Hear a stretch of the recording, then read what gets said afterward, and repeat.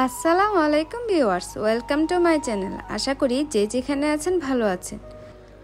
আমি আপনাদের সাথে একটি রান্নার রেসিপি শেয়ার করতে যাচ্ছি। ফার্স্টে গরুর মাংসগুলো ধুয়ে নিয়েছি, তাতে দিয়ে দিয়েছি 2 টেবিল চামচ পরিমাণে টক দই, আর দিয়ে দিচ্ছি আস্ত গরম মশলাগুলো, এলাচ, দারচিনি, তেজপাতা, লবঙ্গ, আর দিয়ে দিলাম 2 চামচ পরিমাণে আদা পেস্ট, 2 চামচ পরিমাণে রসুন পেস্ট, তারপর দিয়ে দিলাম 1 টেবিল চামচ পরিমাণে ধনে গুঁড়া, স্বাদ মতো মরিচি গুঁড়া, স্বাদ মতো লবণ, দিয়ে দিলাম 1 চামচ পরিমাণে জিরা গুঁড়া, আর তাতে দিয়ে দিলাম সামান্য পরিমাণে হলুদ।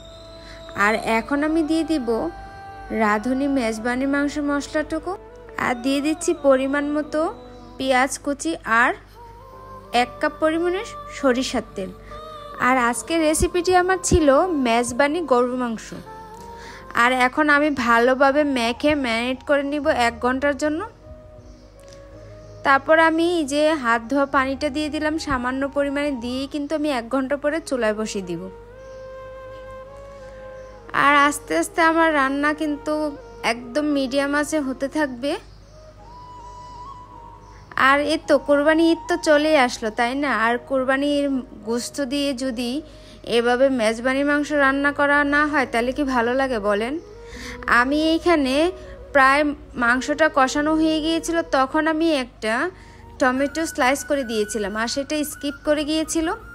এই তো দেখতে পাচ্ছেন আমার কিন্তু মাংসটা কষানো হয়ে গিয়েছিল, আর তখন আমি সামান্য পরিমাণে একটু পানি দিয়েছিলাম।